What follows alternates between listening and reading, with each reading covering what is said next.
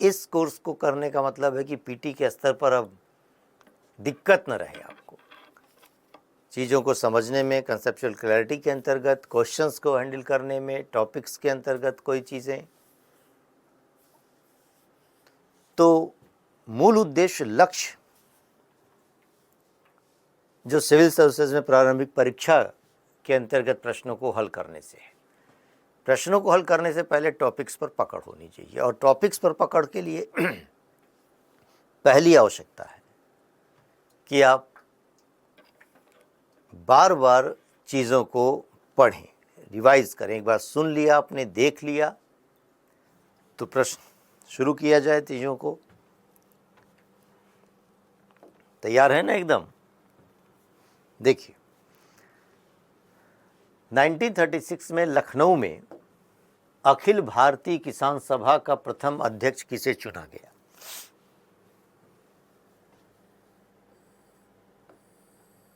अखिल भारतीय किसान सभा का प्रथम अध्यक्ष।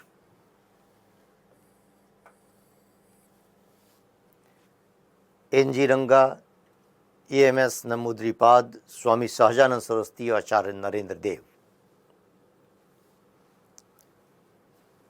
लखनऊ में अखिल भारतीय किसान सभा का प्रथम अध्यक्ष किसे चुना गया?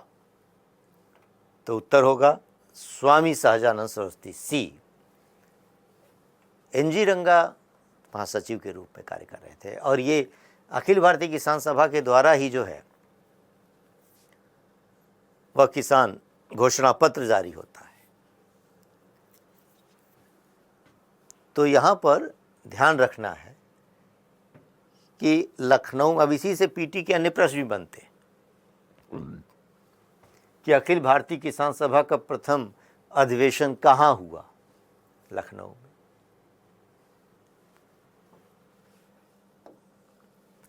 दूसरा प्रश्न देखें कि बंगाल के तिभागा किसान आंदोलन की क्या मांग थी?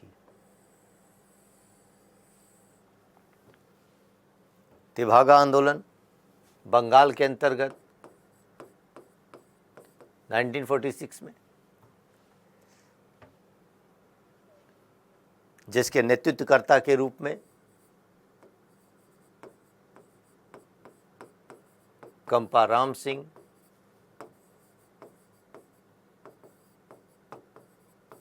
और भुवन सिंह। किस वजह से हुआ था? तो पिछले लेक्चर में पढ़ रहे थे, याद होगा आपको, याद करना चाहिए ये चीज़ें। यही क्वेश्चंस पूछे जाते हैं इस तरीके से यूपीएससी में भी, कि जमींदारों की हिस्सेदारी को फसल के आधे भाग से कम करके 1/3, भूमि का वास्तविक खेतिहर होने के नाते भूस्वामित्व किसकों को प्रदान करना, ये मांग थी उनकी। क्या? जमींदारी प्रथा उन्मूलन तथा कृषि दासता का अंत करना, कृषकों के समस्त ऋणों को रद्द करना। कह रहा है कि बंगाल के तिभागा किसान आंदोलन की क्या मांग थी, वे क्या चाहते थे? तो तिभागा, मैंने पहले ही बताया था कि बटाई पद्धति के अंतर्गत जहां यह किसान और जमींदार संघर्ष कर रहे थे, तो किसानों के स्तर पर बटाई प्रथा में यह था कि वह किसान ज़्यादा हिस्सा लेते थे। तो किसानों का कहना था कि वह जमींदारों को कम देंगे, आधे से भी कम देंगे, 1/3 कर देंगे, और किसान अपने पास 2/3 रखेंगे। इसी आधार पर इसको तिभागा आंदोलन कहा जा रहा था। तो इसका मतलब उत्तर ए होगा। अगला प्रश्न है कि निम्न में से किस आंदोलन में सरदार वल्लभ भाई पटेल ने मुख्य भूमिका निभाई? किस आंदोलन में सरदार वल्लभ भाई पटेल ने मुख्य भूमिका निभाई? ए. बिजौलिया आंदोलन, बी. दांडी मार्च, सी. अहमदाबाद में कपड़ा मिल श्रमिकों की हड़ताल, डी. बारदोली सत्याग्रह। तो बताइए उत्तर इसका, सोचिए। मैं तो टिक कर ही दूंगा, पढ़ चुके हैं आप। तो क्या होगा इसका? बारदोली सत्याग्रह। अब बारदोली सत्याग्रह के बारे में चीज़ों को रिकॉल कीजिए कि यह बारदोली सत्याग्रह 1928 में हो रहा था। यहाँ पर लगान की राशि में वृद्धि कर दी गई थी और 22% की वृद्धि की गई थी। तत्पश्चात यहाँ पर वल्लभ भाई पटेल ने नेतृत्व किया, गांधी भी इससे जुड़ गए थे आंदोलन से। इस समय के स्तर पर बॉम्बे के गवर्नर विल्सन हुआ करते थे। तो फिर अंततः सरकार ने इन आंदोलनकारियों की मांगों को सुना, समझा और राजस्व की राशि को घटा दिया गया, 6.03% कर दिया गया था। इसी आंदोलन के अंतर्गत वहाँ पर महिलाओं ने सरदार वल्लभ भाई पटेल, तो सरदार की उपाधि दी, जिसे गांधी के माध्यम से प्रस्तुत किया गया। महिलाओं के तरफ से बात कही गई और गांधी ने जो है यह संबोधन दिया था। इसी आंदोलन के दौरान काली पराज जनजाति का नाम रानी पराज कर दिया गया था, याद कीजिए। और एक रानी गैंडलिनियों का नाम भी हम लोग पढ़ रहे थे जो मणिपुर आंदोलन में, और वहाँ पर गैंडलिनियों के नाम के आगे रानी शब्द का संबोधन किसने दिया था? जवाहरलाल नेहरू ने। तो यह चीज़ें एकदम ध्यान में रखना है, कोई कन्फ्यूज़न नहीं होना चाहिए। पीटी के एग्ज़ाम के अंतर्गत एक बात स्पष्ट है कि या तो जान रहे हैं या नहीं जान रहे हैं। ये नहीं कि हमको गांधी होंगे या फिर जो है नेहरू होंगे, इसमें कन्फ्यूज़ नहीं होना है। तो बारदोली सत्याग्रह इसका उत्तर होगा। इसी तरीके से प्रश्न है, बंकिम चंद्र चटर्जी के प्रसिद्ध उपन्यास आनंद मठ का विषय आधारित है। आनंद मठ पुस्तक जो उन्होंने लिखी, उसमें किस विषय का उल्लेख मिलता है, किस विषय को वहाँ उल्लेखित किया गया? चुआर विद्रोह पर है, रंगपुर तथा दिनाजपुर के विद्रोह पर है, विष्णुपुर तथा भूमिपुर में हुए विद्रोह पर है और सन्यासी विद्रोह पर है। तो बहुत आसान आपके लिए सवाल, आनंद मठ 1882 में प्रकाशित हुआ। सन्यासी विद्रोह, और इसके नेतृत्वकर्ता के रूप में मंजर शाह, मूसा शाह, भवानी पाठक, देवी चौधरानी। और इसी सन्यासी विद्रोह बंगाल में जो हम देख रहे थे,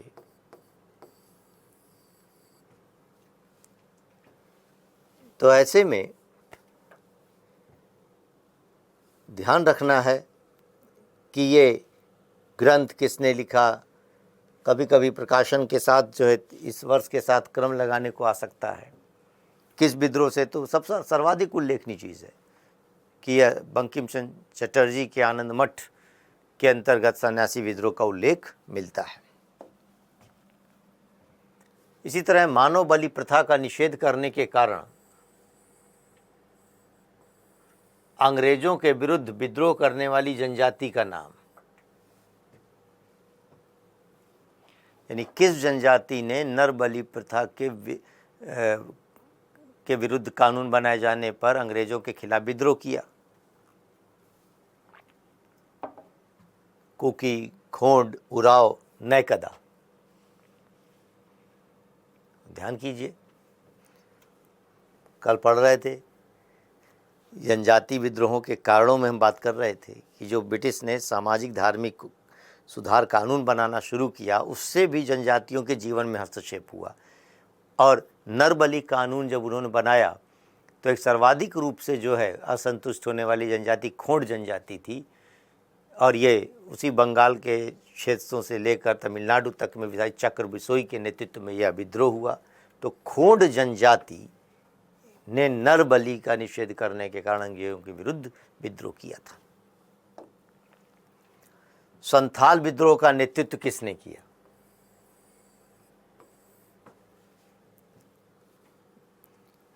संथाल विद्रोह 1856-55 में,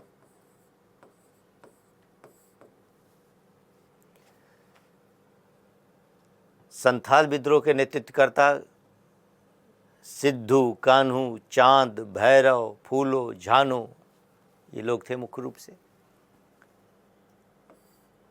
सिद्धू, कान्हू, चांद, भैरव, तो उत्तर आपका सी हो गया, दोनों ने किया था।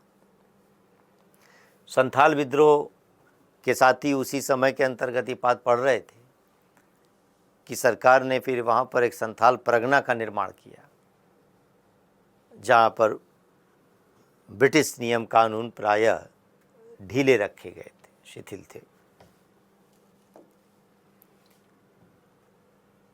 उलगुलन विद्रोह किससे जुड़ा हुआ है? पढ़ रहे थे हम लोग, 1899 में एक विद्रोह हुआ था, उलगुलन, या जिसको महान हलचल कहा जा रहा था, मुंडा विद्रोह। तो बिरसा मुंडा से यह जुड़ता है। बिरसा भगवान कहलाते थे झारखंड क्षेत्र में, जो कहते थे इस बात को लेकर कि उनको परमेश्वर के दर्शन हुए हैं और वो लोगों को निरोग करने की दवा रखते हैं, चमत्कारिक शक्ति रखते हैं, वैष्णव धर्म परंपरा से जुड़े हुए थे।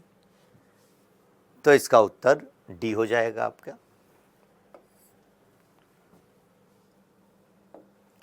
इसी तरीके से एक प्रश्न है,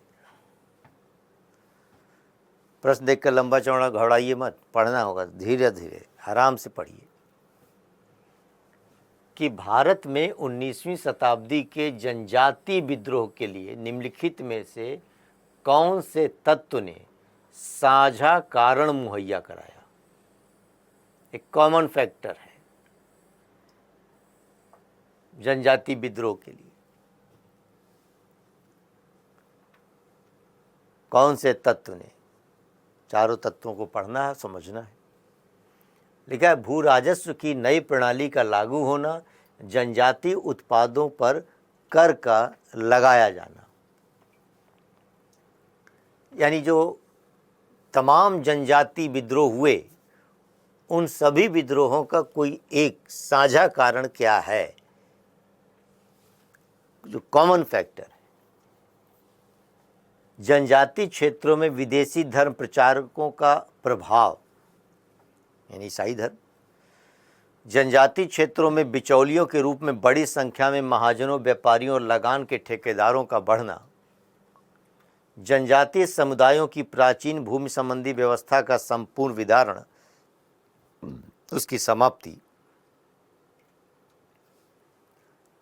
अब प्रश्न है कि जनजाति विद्रोह के लिए कौन से तत्व ने साझा कारण मुहैया कराया, यानी सभी जनजाति विद्रोह के संदर्भ में कौन सा एक कॉमन फैक्टर है? तो देख रहे हैं कि कारण तो हम लोग जो पढ़ रहे थे आखिर, कि भू राजस्व की नई प्रणाली आने होने की वजह से जनजातियों के अपने जीवन में हस्तक्षेप हुआ और वह असंतुष्ट हो विद्रोह कर रहे हैं। कारण तो ये भी पढ़ रहे थे कि ईसाई धर्म के प्रचार प्रसार की वजह से उनके परंपरागत धर्म का अपमान किया जा रहा है, तो इससे उनकी अपनी परंपरा में हस्तक्षेप हो रहा है। जनजाति क्षेत्रों में बिचौलियों के रूप में बड़ी संख्या में बाहरी तत्वों का महाजनों, व्यापारियों, लगान के ठेकेदारों को बढ़ने, जिनको दीकू कहा जा रहा है, कारण तो ये भी है। तो ये सारी बातें तो हैं, लेकिन यहाँ पर अगर 1, 2, 3 करके होता तो सब हम चुन लेते। लेकिन मुद्दा है इनमें से किसने, यानी सभी के लिए कोई एक कारण कौन सा हो सकता है? तो जनजाति समुदायों की प्राचीन भूमि संबंधी व्यवस्था का संपूर्ण विदारण, एक तरीके से कंप्लीटली डिस्ट्रॉय किया ब्रिटिश नीतियों ने किस तरीके से जनजाति समुदायों की प्राचीन व्यवस्था को। तो प्राचीन भूमि संबंधी व्यवस्था जो सामूहिक संपत्ति की अवधारणा था उनके पास, वन संपदा पर आधारित जीवन था उनका, तो इस वजह से सारे में ये एक ऐसा कॉमन फैक्टर है जो सभी जनजातियों के लिए लागू होता नजर आता है। इसलिए उत्तर डी होगा। तो ऐसे प्रश्नों को थोड़ा सोचना होगा, थोड़ा सा जो है रुक कर पढ़ना होगा कि कौन सा ये चीज़। तो प्राचीन भूमि संबंधी व्यवस्था का मतलब ही ये है कि वे ऐसी व्यवस्था जो परंपरागत स्तर पर लेकर चल रहे थे, तो इन कार्यों की वजह से उनकी परंपरागत व्यवस्था छिन्न भिन्न हो रही थी। इसलिए कहीं ना कहीं सभी जनजातियों के अंतर्गत ये एक कॉमन फैक्टर नजर आता है। तो उत्तर डी होगा। 1857 के पश्चात निम्नलिखित लोकप्रिय आंदोलन हुए, तो अच्छी बात है। संथाल विद्रोह, नील क्रांति, दक्कन के कृषक के दंगे, बिरसा मुंडा उठाव, ये विरोध। तो कौन कौन से हुए, ये उत्तर को यहाँ पर चूज करना है। तो अब देखा जाएगा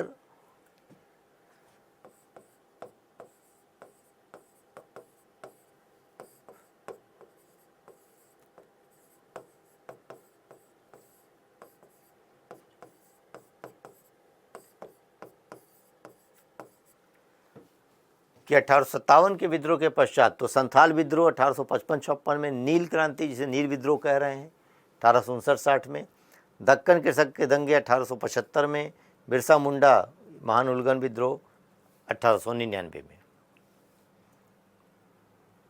तो अब इसमें करना क्या है, 1857 के पश्चात पूछना है, यही ध्यान रखना है। यूपीएससी के क्वेश्चंस अवेयरनेस पर आधारित होते हैं, कितने आप सचेत।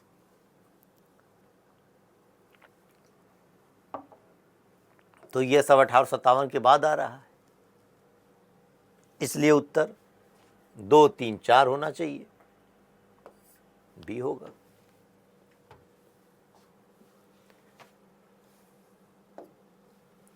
इसी तरीके से एक प्रश्न है, मोपला विद्रोह, मोपला आंदोलन 1921, याद आना चाहिए कल जो हम लोग पिछले लेक्चर में बात कर रहे थे। कहाँ हुआ, तेलंगाना, मालाबार, मराठवाड़ा, विदर्भ। तो मोपला कृषक आंदोलन जो समय समय पर कई बार हुआ, 1836 से 54 के बीच में हुआ, मालाबार केरल में। मोपला किसान थे जो धर्म में मुस्लिम थे, जैनमी जमींदार थे जो धर्म में हिंदू थे। तो मोपला कृषक आंदोलन की जड़ें मूलतः आर्थिक असंतोष में नहीं थी, जबकि रूप दे दिया गया उसको सांप्रदायिक। तो इसलिए उत्तर बी होगा। तो क्वेश्चन आंसर वाली प्रक्रिया इसलिए हम रख रहे होते हैं ताकि आप जो पिछले लेक्चर में पढ़े हैं, रिवीजन किए हैं, रिकॉल कर पाएँ। अब जरा बात करें हम लोग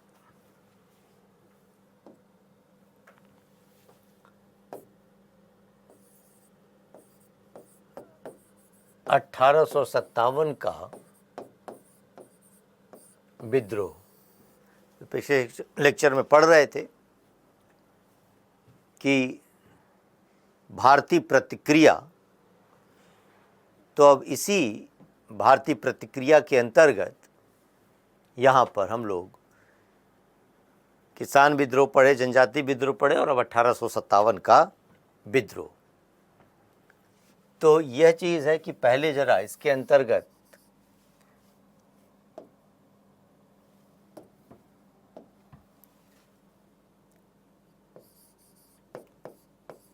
क्या कारण रहे हैं,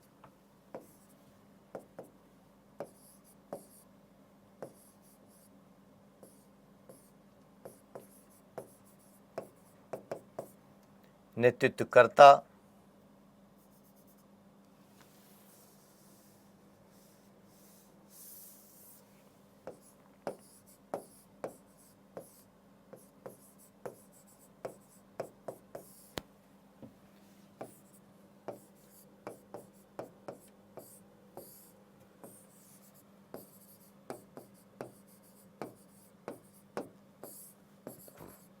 असफलता के कारण, और फिर इस विद्रोह के उपरांत क्या चीजें हैं, उसका परिणाम क्या दिखाई देता है। ऐसे में सब ने ही सुना होगा 1857 के विद्रोह को लेकर।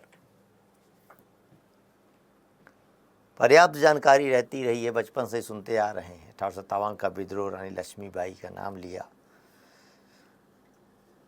तो जानकारी पर्याप्त है। बस यहाँ जरा परीक्षा के दृष्टिकोण से अध्ययन कर रहे हैं। हालांकि कई लोग खुद ही जो 1857 के गदर के सिपाही के रूप में यहाँ बैठे होंगे, सुन रहे होंगे, पढ़ रहे होंगे, उनको लगता होगा कि हम भी कम विद्रोही नहीं हैं।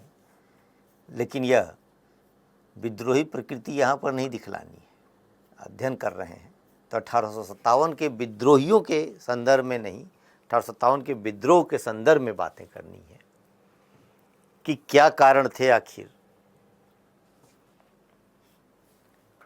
नेतृत्वकर्ता जगह जगह पर, उसका प्रसार किन क्षेत्रों में, असफलता के कारण क्या रहे, और फिर ओवरऑल इसका परिणाम क्या दिखाई पड़ता है। तो ऐसे में इस चीज़ को समझें कि 1857 के विद्रोह को लेकर जब हम कहते हैं कि चर्बी वाला कारतूस, तो ये उसका तात्कालिक कारण है। उसके मूल कारणों के अंतर्गत इस बात को समझना है कि आखिर 1757, याद कीजिए, अब 1757 का मतलब क्या था, जो प्लासी का युद्ध हम देख रहे थे। तो 1757 से शुरू हुई यह प्रक्रिया अंग्रेजों की, जो 1857 तक हम एक कड़ी के रूप में पढ़ते आए। तो 100 वर्षों का यह जो है ब्रिटिश नीतियों का अपना परिणाम है।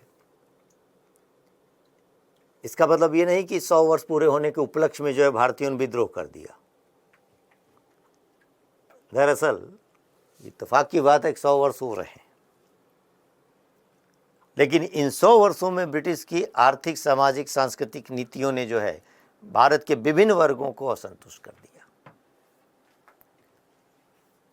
तो फिर इस विद्रोह को, उसके कारणों को समझने के लिए ब्रिटिश नीतियों को जानना आवश्यक है। तो जो हम पढ़ रहे थे,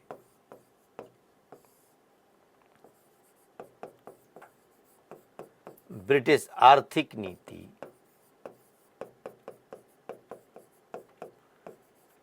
प्रशासनिक नीति,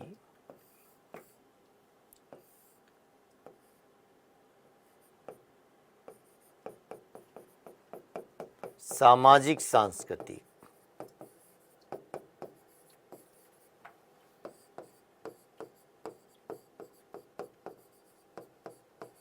सैनिक कारण और तात्कालिक कारण,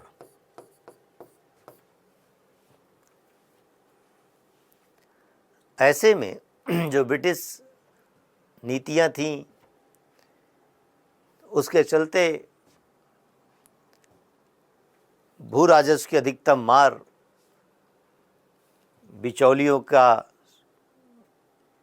जो एक अत्याचारी रूप सामने आता रहा, तो किसान पीड़ित होता रहा, श्रमिक पीड़ित होते रहे,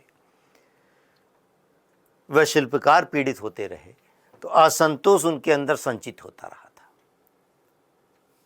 साथ में जो अंग्रेजों की अपनी राजनीतिक प्रशासनिक नीति थी,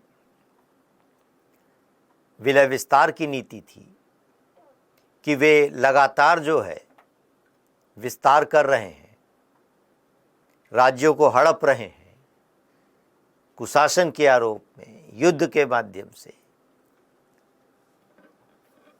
गोद निषेध प्रथा। तो इस वजह से डलहौजी के काल में हम देख रहे हैं कि ब्रिटिश राज्य का विस्तार बहुत तेजी से हो रहा था। तो जो राज्य हड़प लिए गए, जो अधिकार से वंचित कर दिए गए, जिनको गोद लेने से रोक दिया गया, उत्तराधिकारी चयनित करने से रोक दिया गया, राज्य के लोग असंतुष्ट हो गए, वे भी इस विद्रोह में शामिल हैं। अब जैसे अवध, 1856 में अवध का विलय किया गया कुशासन के आरोप में, नवाब वाजिद अली शाह को हटा दिया गया, तो लोग असंतुष्ट हुए। और वो चूंकि अवध अंग्रेज़ों का एक मित्र राष्ट्र था, याद कीजिए बताया था बफर स्टेट हुआ करता था। 1765 की इलाहाबाद की संधि के माध्यम से जो है किस तरीके से अंग्रेज़ों ने अवध को अपना एक बफर स्टेट बनाया।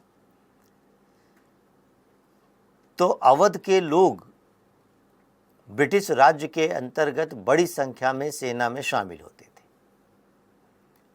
और जब अवध का विलय किया गया तो अवध के लोगों की कठिनाइयां बढ़ी। तो किसान का बेटा ही सैनिक था, तो कृषक असंतोष की परछाई उस पर भी पड़ती थी। यही वजह है कि हम देखेंगे 1857 के विद्रोह के अंतर्गत बंगाल में सैनिकों का जो विद्रोह हो रहा है, उसमें बड़ी संख्या में अवध के लोग भी थे। इसका मतलब हुआ कि यह 1857 के विद्रोह को वर्दीधारी किसानों का विद्रोह भी कहा जाता है। इसका मतलब है कि ब्रिटिश आर्थिक नीतियों के चलते किसान जो पीड़ित हो रहे थे, वे भी इस विद्रोह के अपने कारक बन जाते हैं। इसी तरीके से समय समय पर अंग्रेज़ों ने जो अपनी सामाजिक सांस्कृतिक नीतियों का निर्माण किया, एक तरीके से डलहौजी ने 1854 में एक बॉम्बे में इनाम कमीशन का गठन किया था, जो जागीरदारों की पड़ताल कर रहा था, और तमाम जागीरें उनकी हस्तगत कर ली जा रही थी। वे भी असंतुष्ट हैं। सामाजिक सांस्कृतिक नीतियों के अंतर्गत देखते थे कि जहां अनेक ऐसे सामाजिक धार्मिक सुधार कानून बनाए जा रहे हैं, तो भारत के विभिन्न वर्गों को लगा जानबूझकर अंग्रेज उनके अपने मामलों में हस्तक्षेप कर रहे हैं, उनके अपने धर्म को भ्रष्ट कर रहे हैं। वह चाहे सती प्रथा निरोधक कानून, चाहे विधवा पुनर्विवाह अधिनियम हो, इन कानूनों से भारत के विभिन्न वर्ग के लोगों को बेशक ये सुधार के कार्यक्रम थे, लेकिन इससे एक भारतीय समाज का वर्ग ये मानने लगा कि अंग्रेज जानबूझकर उसके धार्मिक सामाजिक मामलों में हस्तक्षेप कर रहे हैं, तो असंतोष बढ़ रहा है। इसी तरह जो ईसाई मिशनरीज ईसाईकरण पर बल दे रही थी, तो भारतीयों के अपने एक वर्ग को लगा कि ये अंग्रेज उनके धर्म को समाप्त करना चाहते हैं, इसलिए वे भी विद्रोह कर रहे हैं। साथ ही जो सैनिक थे, सैनिक भेदभाव के शिकार थे, यानी ब्रिटिश सेना में जो भारत के सैनिक थे और जो यूरोप के सैनिक थे, उनके बीच में भेदभाव रखा जाता था। यूरोप के सैनिकों को उसी समय के कार्य करने के लिए, उतनी समय कार्य करने के लिए ज़्यादा वेतन दिया जाता था, जबकि भारतीय सैनिकों को कम वेतन दिया जाता था। भारतीय सैनिकों के प्रति नस्लवादी भेदभाव रखा जाता था, निम्न कोटि का माना जाता था, उन्हें सुविधाएं, भोजन, भत्ते ये सब कमतर दिए जाते थे, और सूबेदार से ऊंचे का पद दिया ही नहीं जाता था, प्रमोशन की स्थितियां थी नहीं। तो असंतोष व्याप्त था। यही असंतोष अब बढ़ रहा है विभिन्न कारणों से, और ऐसा नहीं है कि यह असंतोष अभी उपजा, पहले भी था। समय समय पर ये सैनिकों के दस्तों में कहीं ना कहीं असंतोष पनपता रहा था, विद्रोह होता रहा था। 1857 से पहले ही जो है हम देखते हैं कि 1764 में हेक्टर मुनरो के समय में कुछ सैनिकों ने विद्रोह किया, तो 1766 में दोहरे वेतन के मुद्दे को लेकर क्लाइव के समय में सैनिकों ने विद्रोह किया। 1806 में वेल्लोर के सैनिकों ने विद्रोह किया था, वहाँ पर टीपू जेल में बंद था, और टीपू के पुत्र उन्होंने जो है उकसाया, भड़काया था, लेकिन थे ब्रिटिश सैनिक, ब्रिटिश सेना के लोग थे, उन्होंने विद्रोह किया था। इसी तरीके से 1824 में एक 47 पैदल सैनिकों की टुकड़ी ने जो है बर्मा युद्ध में जाने से मना कर दिया था, वेतन भत्तों के मामले को लेकर। तो समय समय पर सैनिकों ने विरोध किया, विद्रोह किया हुआ था। उसी की हम पूर्ण अभिव्यक्ति 1857 के अंतर्गत देख रहे हैं, सैनिक असंतोष। और फिर तात्कालिक रूप से एक चर्बी वाला कारतूस जिसको कहते हैं। दरअसल ब्रिटिश ने एक नई एनफील्ड राइफल शामिल की अपने दस्ते में, जिसमें जो है जिनके कारतूस पे जो है चर्बी लगी होती, जिसको मुंह से खोला जाता था और तब उसका उपयोग किया जाता था। तो चर्बी वाले कारतूस का तात्पर्य यही कि इस तरीके के कारतूस के राइफल का प्रशिक्षण 3 जगह होता था, अंबाला, सियालकोट और दमदम, बंगाल में। सैनिकों को चर्बी वाले कारतूस के प्रयोग की पहली जानकारी दमदम सैन्य छावनी से मिलती है। ध्यान रखिएगा, ये दमदम सैन्य छावनी से चर्बी वाले कारतूस के प्रयोग की जानकारी भारतीय सैनिकों को प्राप्त होती है। और वह घटनाक्रम इस रूप में था कि दमदम सैन्य छावनी के अंतर्गत वहाँ भारतीय सिपाही भी थे। तो ऐसे में भारत में परंपरागत वर्ण व्यवस्था की जो मान्यता थी, ऊंच नीच की जो अवधारणा थी, उसके अंतर्गत एक वहाँ कार्य करने वाले निम्न जाति समूह के व्यक्ति ने एक उच्च जाति के सैनिक से पानी मांगा, तो सैनिक ने इनकार कर दिया देने से पानी, कि यह पानी पिलाने से या देने से छुआछूत की अवधारणा की वजह से हम अपवित्र हो जाएंगे, मना कर दिया। तो निम्न जाति के उस व्यक्ति ने वहाँ पर इस बात को कहा कि हमें पानी पिलाने से तुम अपवित्र हो जा रहे हो, और जो प्रशिक्षण करने के लिए प्रतिदिन मुंह से जिन कारतूसों की सील को खोलकर लगा रहे हो बंदूक में, उससे तुम्हारा धर्म भ्रष्ट नहीं होता, क्योंकि उसमें तो पशुओं की चर्बी का इस्तेमाल किया जाता है ग्रीसिंग के लिए। तो सैनिक को बड़ा अचंभा हुआ, उसको लगा कि अरे क्या बोल रहा है, धर्म भ्रष्ट हो गया है तो हमारा। उसने अपने अन्य सैनिकों को बतलाया, वे भी असंतुष्ट हुए, और यहाँ से असंतोष पहले से था। और इस चर्बी वाले कारतूस की परिघटना ने जो है चिंगारी का काम किया, और यही वजह है कि अब विद्रोह किस रूप में और किस तरीके से अब आगे बढ़ रहा है। तो ये जानकारी जब प्राप्त हुई, तो इस जानकारी के अंतर्गत सर्वप्रथम जो है फरवरी 1857 में बहरामपुर सैन्य छावनी के अंतर्गत वहाँ पर सैनिकों ने को इस बात का पता भी चला, और तत्पश्चात उन्होंने आज्ञा मानने से इनकार कर दिया। फरवरी 1857 की घटना है। तो वहाँ पर कैनिंग ने जो है ये 19वीं नेटिव इन्फेंट्री को बंद कर दिया। तत्पश्चात बैरकपुर छावनी में 29 मार्च 1857 को 34वीं नेटिव इन्फेंट्री, जो कि मंगल पांडे जिसके सदस्य थे, वहाँ पर विद्रोह हुआ। और किस रूप में और कैसे, तो ध्यान रखिएगा ये चीज़, मंगल पांडे बैरकपुर सैन्य छावनी से जुड़े हुए थे, बंगाल में ही। 34 नेटिव इन्फेंट्री उनकी बटालियन थी। उन्होंने अपने सैनिक कमांडरों के आदेश को मानने से इनकार कर दिया। लेफ्टिनेंट जो उनके अधिकारी थे, ह्यूसन और बग, और उन पर गोलियां चला दी, जिसमें बग मारा गया।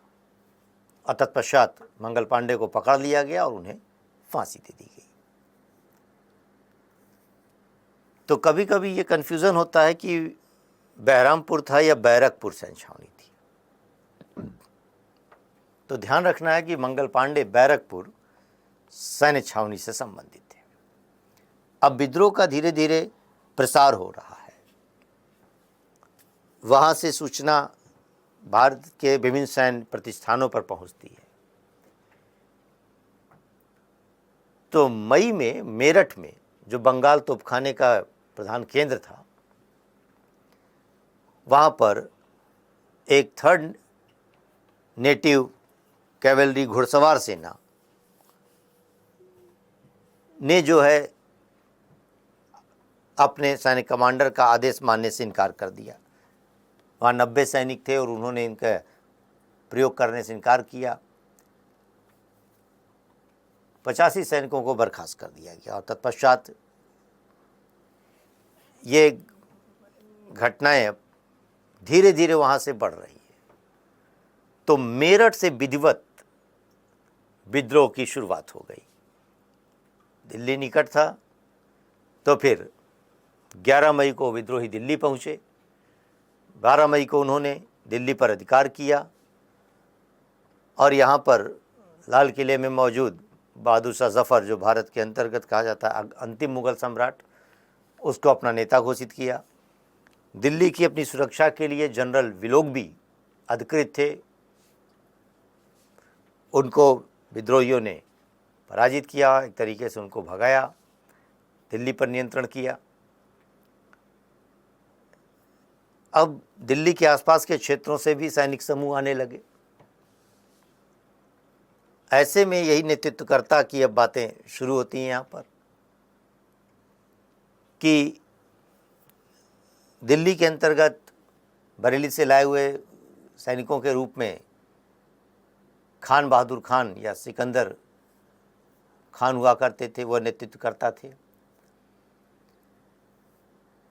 लखनऊ में विद्रोह का प्रसार 4 जून को हुआ।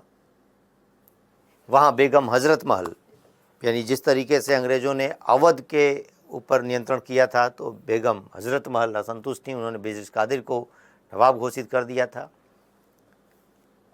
तत्पश्चात यहाँ पर लखनऊ के अंतर्गत उनके सहयोगी के रूप में अहमदुल्ला थे। अंततः सैनिक अंग्रेज कमांडरों के अपने अभियान और आक्रमण के चलते लखनऊ पर उनका नियंत्रण हुआ और तत्पश्चात बेगम हजरत महल नेपाल भाग गई बचने के लिए। तत्पश्चात कानपुर में विद्रोहियों का अपना प्रभाव बढ़ा। वहाँ पर नाना साहब, जिनको धोदू पंत के नाम से भी जाना जाता है, नाना साहब धोदू पंत, ये वही नाना साहब हैं जो असंतुष्ट इस मामले में हो गए थे कि जब हम पढ़ रहे थे मराठा, तो तीसरे आंग्ल मराठा युद्ध के अंतर्गत जब अंग्रेज़ों ने मराठों को पराजित किया तो पेशवा के साथ संधि की गई और बाजीराव सेकंड को पेंशन देकर कानपुर के निकट बिठूर भेज दिया गया।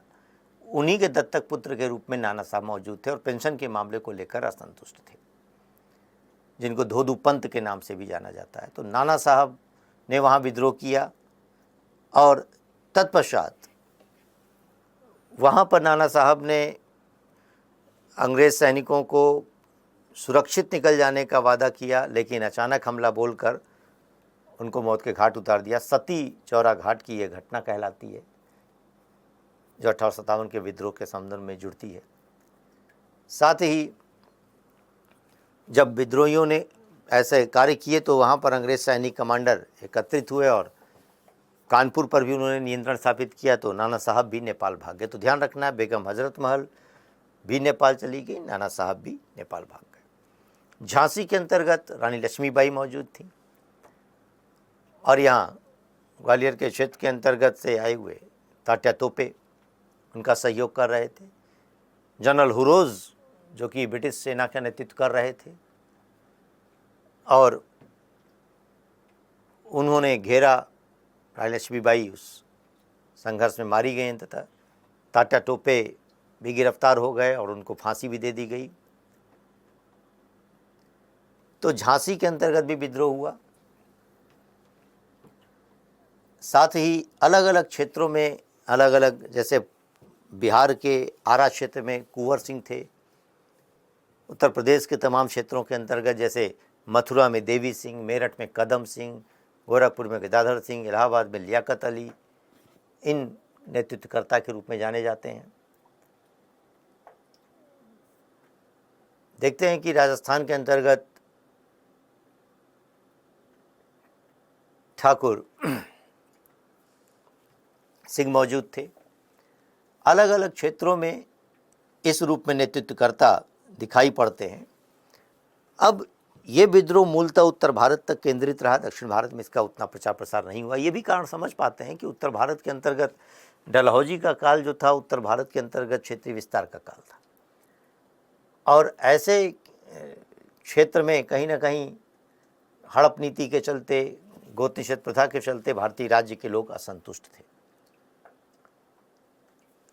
तो यहाँ पर जो अब विद्रोह हुआ, इन्हीं अब विद्रोह के अंतर्गत समय समय पर अंततः 1858 तक आते आते अंग्रेजों ने पुनः नियंत्रण स्थापित कर लिया। बहादुर शाह जफर को रंगून भेज दिया गया, निर्वासित कर दिया गया। तो अब कहा जाता है कि आखिर इस विद्रोह की जो असफलता रही, क्यों रही, तो असफलता के कारण क्या थे? तो बड़ी सीधी सी बात है, इस विद्रोह की असफलता का एक कारण तो ये था कि विद्रोह का प्रसार सीमित है। विद्रोह का प्रसार सीमित था, यानी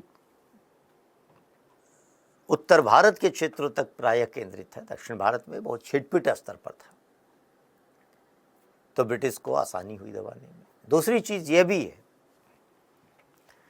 कि विद्रोही ऐसा कोई संगठन और नेतृत्व नहीं बनाए थे,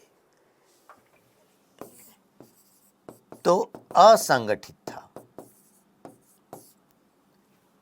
हालांकि कमल और रोटी जैसी बातें आती हैं कि लगता है कि मानो पहले से कोई सुनियोजित था, कोई प्रतीक के रूप में कमल और रोटी को लिया जा रहा था, लेकिन ऐसी है नहीं चीज़ें, क्योंकि सूचना इसी बात की आती है कि जब बहादुर शाह जफ़र के पास लाल किले में लोग पहुंच गए सेना के रूप में, भारतीय विद्रोही, उन्होंने बहादुर शाह जफ़र को अपना नेता घोषित किया तो खुद चौंक पड़ा। 80 साल का वृद्ध व्यक्ति, उसको लगा कि नेता कैसे, हम तो सम्राट। तो इसका मतलब कोई संगठन जैसी बात नहीं थी, और अपना नेता भी घोषित कर दिया विद्रोहियों ने कि ठीक है। तो वह 80 साल का वृद्ध शेरो शायरी में व्यस्त रहने वाला, लीडरशिप ऐसी होनी चाहिए कि जो विभिन्न क्षेत्र के लोगों को एकजुट कर सके, और ऐसी कोई अपील ये नहीं कर पाता था। तो नेतृत्व का अभाव, असंगठित, संचार के साधन अंग्रेजों के पास कहीं ज़्यादा थे, सूचनाओं का आदान प्रदान उनके पास कहीं ज़्यादा था, अस्त्र शस्त्र सैनिक साजो सामान उनके पास ज़्यादा था, जबकि भारतीय सीमित स्तर पर संसाधनों का प्रयोग कर रहे थे। साथ में यह भी है कि ब्रिटेन को इस समय अपने बाहर से भी सेना का सहयोग मिला। एक इसी समय दरअसल जब वर्ल्ड हिस्ट्री आप पढ़ते हैं तो क्रीमिया युद्ध,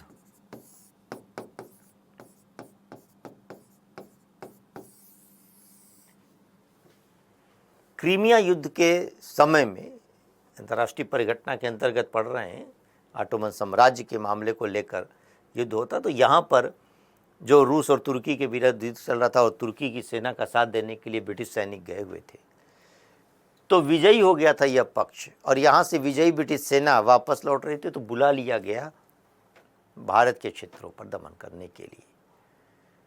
तो ब्रिटिश को अपनी बाहरी सेना का भी सहयोग मिला, इसकी वजह से भी यहाँ पर उनको दमन करने में आसानी होती है।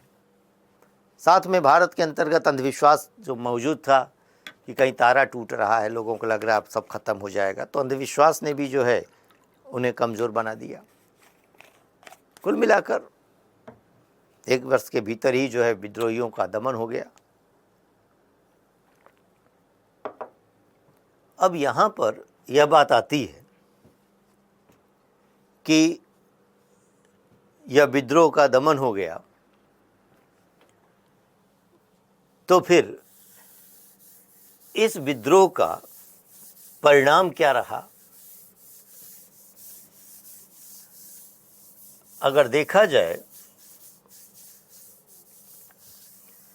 तो विद्रोह के परिणाम के संदर्भ में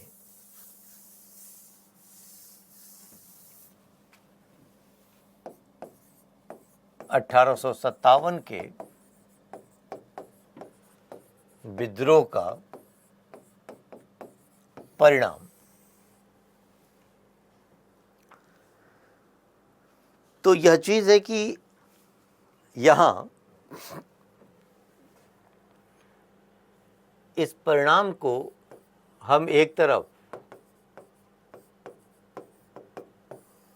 लंदन के संदर्भ में समझ सकते हैं और दूसरा भारत के अंतर्गत। अब लंदन में क्या हुआ और भारत में क्या हुआ? भारत के अंतर्गत कंपनी का शासन समाप्त कर दिया गया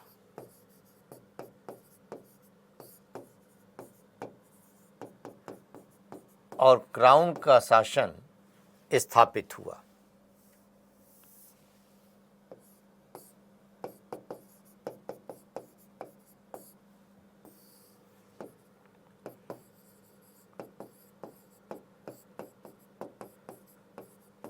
ब्रिटिश संसद का प्रत्यक्ष नियंत्रण।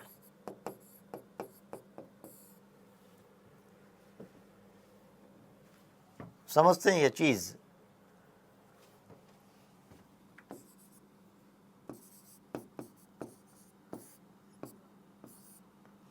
और इसी के साथ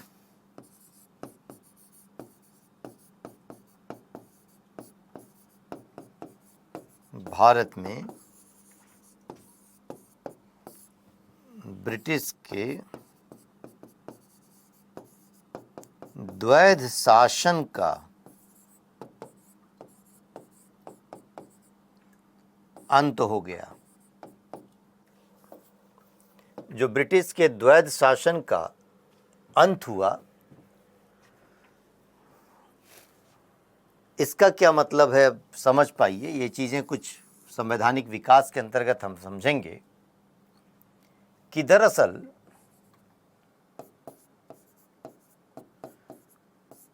भारत में एक घटना परिघटना किस रूप में सामने आती है कि लंदन में जो है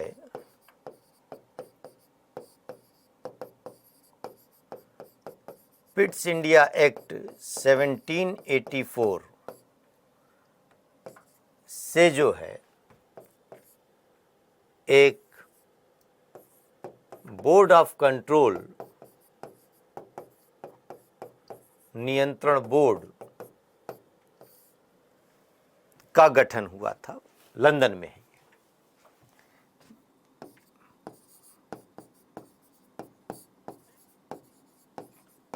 इसका अध्यक्ष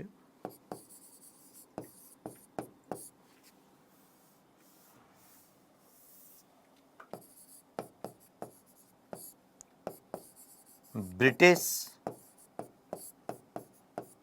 सरकार का मंत्री था। यानी लंदन में एक संरचना है। हम आगे संवैधानिक विकास में कंपनी का संरचना को समझेंगे कि पिट्स इंडिया एक्ट 1784 में पारित किया गया और वहाँ पर लंदन में एक बोर्ड ऑफ कंट्रोल का गठन किया गया। उस बोर्ड ऑफ कंट्रोल में अनेक मेंबर थे और उसके अंतर्गत यहाँ ध्यान रखना है कि उसका अध्यक्ष ब्रिटिश सरकार का एक मंत्री होता था। इसका अधिकार क्या था?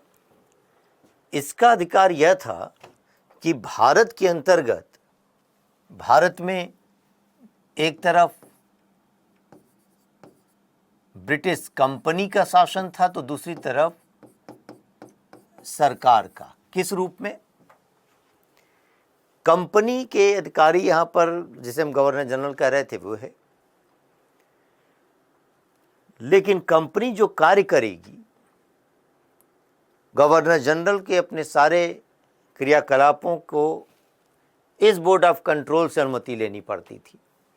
गवर्नर जनरल की नियुक्ति कंपनी के अपने उच्च अधिकारी करते थे जो लंदन में बैठते थे, लेकिन उस गवर्नर जनरल को वापस बुलाने का अधिकार इस बोर्ड ऑफ कंट्रोल के पास होता था।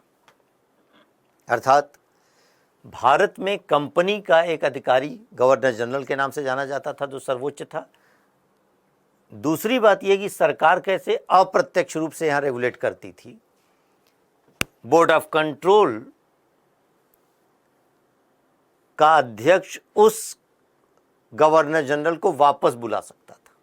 इसका मतलब गवर्नर जनरल की जवाबदेही इस बोर्ड ऑफ कंट्रोल के प्रति थी। इसी को दोहरा शासन कहा जा रहा है। एक तरफ कंपनी का प्रत्यक्ष रूप से शासन, दूसरी तरफ सरकार का अप्रत्यक्ष रूप से शासन था, ब्रिटिश संसद का अप्रत्यक्ष रूप से शासन था।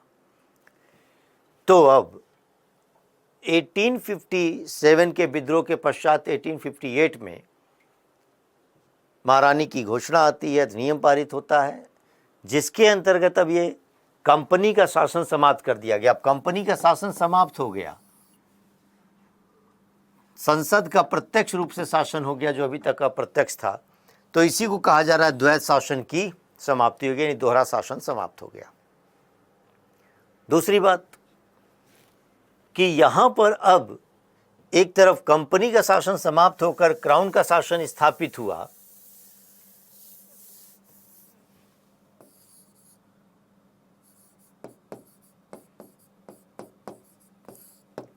वायसराय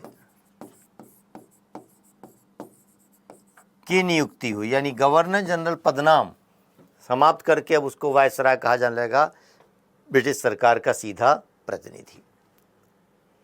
यहां पर अब क्या हो रहा है, ये बोर्ड ऑफ कंट्रोल, तो बोर्ड ऑफ कंट्रोल का अंत करके भारत सचिव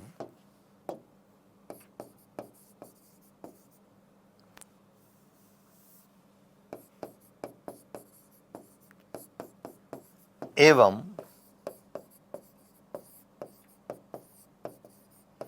उसकी परिषद नियुक्त की गई।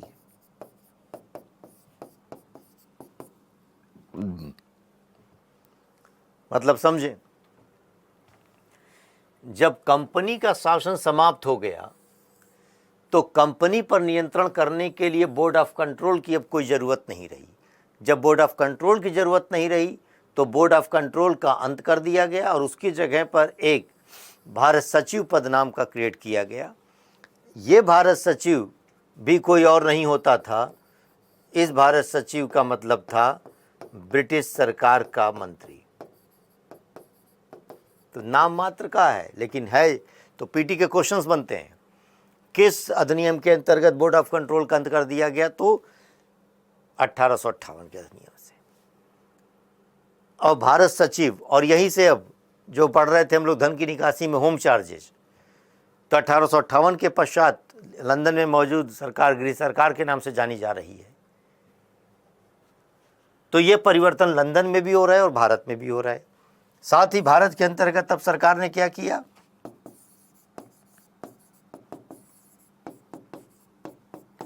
विलय विस्तार की नीति का त्याग कर दिया कि अब विलय विस्तार, ब्रिटिश ताज अपने प्रदेशों का और विस्तार नहीं करेगा। देसी रियासतों को यहाँ पर बनाए रखते हुए उनके प्रति सम्मान की नीति अपनाने की घोषणा की गई। अब ऐसे में देसी राज्यों को न मिलाने की नीति अपनाई गई। तो जो कैनिंग यहाँ पर गवर्नर जनरल के रूप में कार्य कर रहा था, उसी को जो है वायसराय के रूप में नियुक्त किया गया। तो लॉर्ड कैनिंग पहला वायसराय भी है। ऐसे में भारत के अंतर्गत अब ये बात समझ पाएं कि एक तरफ ब्रिटिश सरकार है,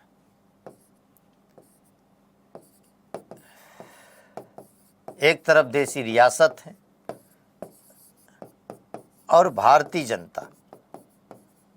तो अंग्रेजों ने अपने हित के लिए यह परिवर्तन किया कि देखा कि इस विद्रोह के दौरान बड़ी संख्या में देसी रियासत और उनके राजा अंग्रेजों का सहयोग कर रहे थे। तो इसलिए अब उन्होंने सोचा कि इन राज्यों को बनाए रखना है, ये तरंग रोध का काम करेंगे, एक बैरियर का।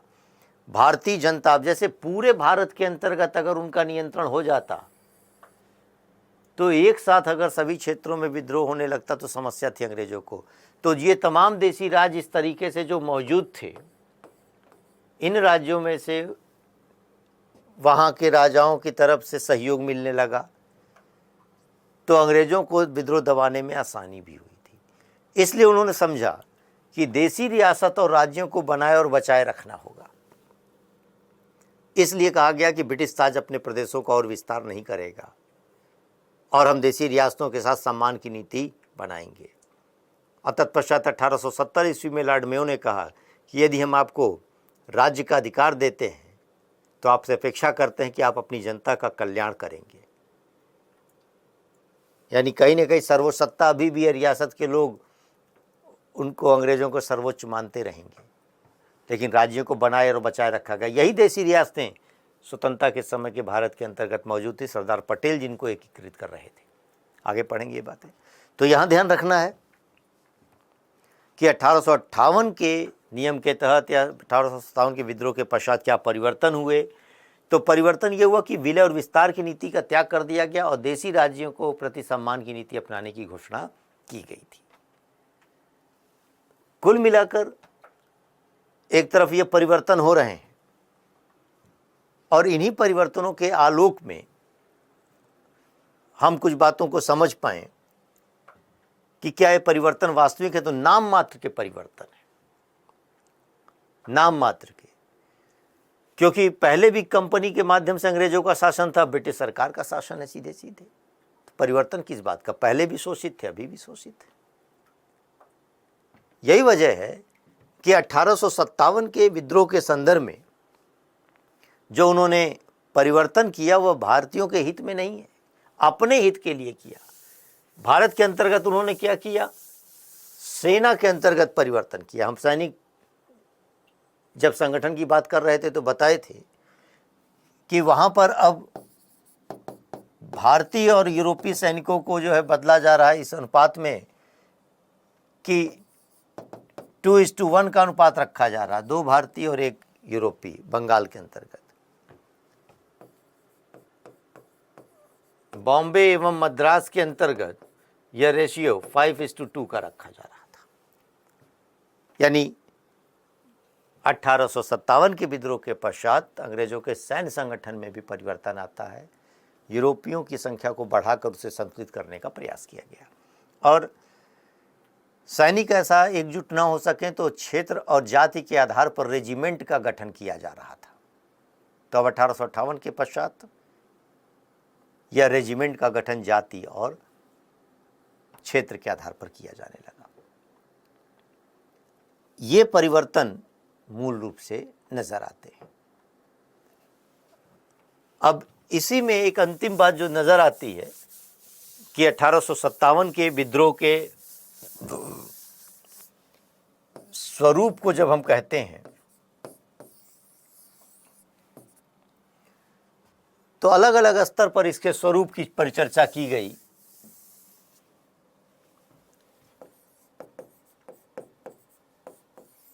कि इसके स्वरूप को लेकर किसी ने कहा कि यह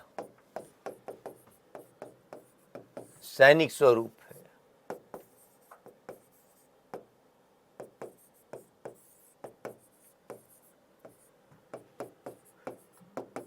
हिंदू मुस्लिम षड्यंत्र है,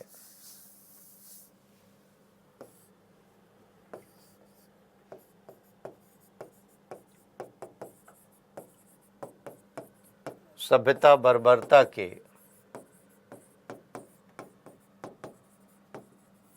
बीच का संघर्ष है।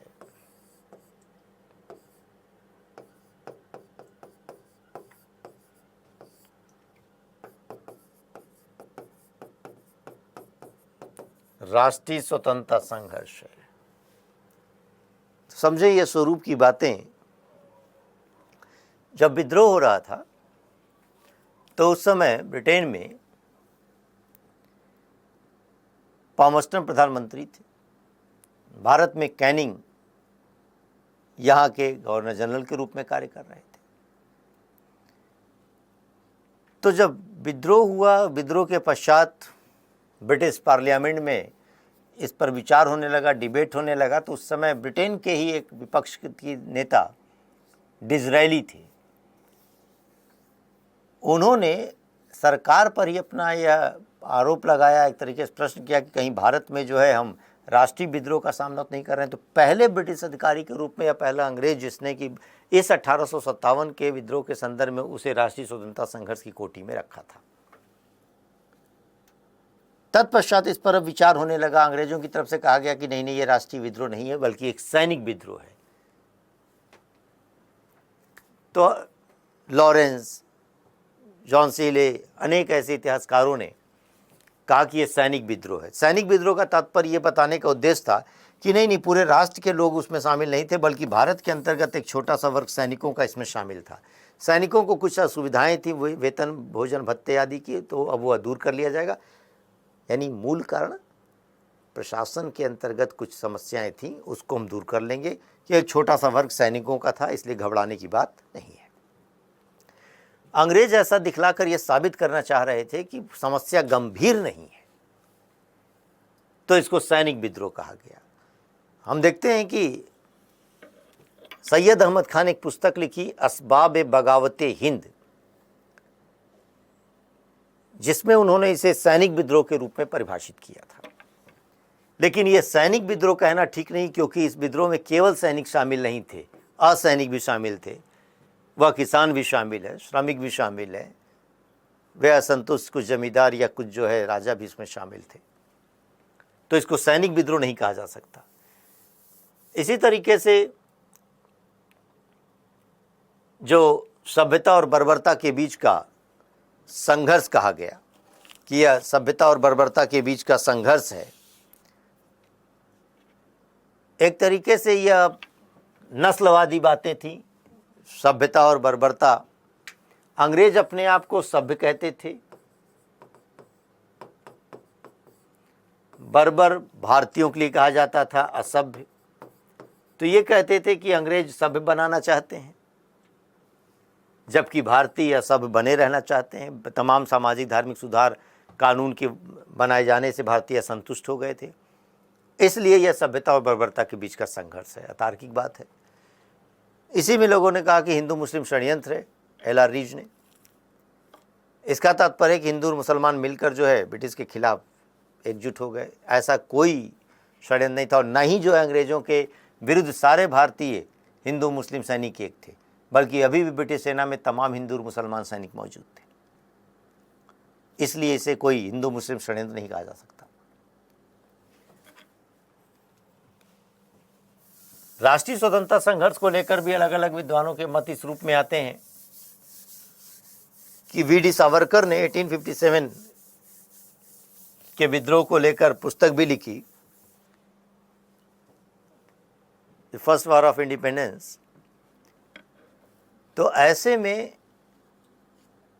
जब डिज़रायली ने इस बात को कहा, तो अनेक भारतीय भी राष्ट्रीय स्वतंत्रता संघर्ष को लेकर इसको परिभाषित करने लगे, जिसमें अशोक मेहता, एस.एन. सेन का नाम उल्लेखनीय है। इसके अंतर्गत ये बात कही गई कि ठीक बात है कि चलिए, राष्ट्रीय उस समय भावना नहीं थी, लेकिन राष्ट्रीयता के विकास की कोटि में इसको रखा जा सकता है।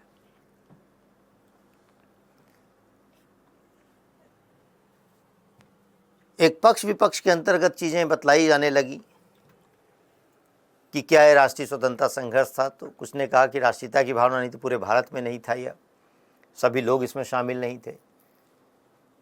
लेकिन देखा जाए तकनीकी रूप में, चाहे यहाँ राष्ट्रीयता की भावना ना हो, चाहे वहाँ पर विद्रोहियों ने किसी तरीके की स्वतंत्रता की उद्घोषणा न की, लेकिन भारतीय स्वाधीनता संघर्ष की दिशा में यह हमेशा मशाल के रूप में रहा, इसलिए इसको प्रथम स्वतंत्रता संग्राम की कोटि में रखा जाता है।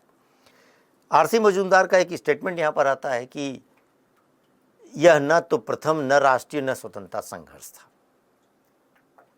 एस.एन. सेन, जो कि एक तरीके से सरकार के अधिकृत लेखक के रूप में रहे और जिन्हें 1857 के विद्रोह के संदर्भ में लिखने को बोला गया था, तो उन्होंने इसे राष्ट्रीय स्वतंत्रता संघर्ष के रूप में परिभाषित किया। कुल मिलाकर देखते हैं कि 1857 का विद्रोह एक राष्ट्रीय स्वतंत्रता संघर्ष की कोटि में रखा जा सकता है। तो 1857 के विद्रोह के संदर्भ में ये कुछ तथ्यात्मक चीज़ें थी जो प्रारंभिक परीक्षा में चीज़ें पूछी जाती हैं, कारण से पूछी जाती हैं, परिणाम से पूछी जाती हैं, जो अवधारणात्मक चीज़ें हैं। अब इसी बात को अगर देख पाएं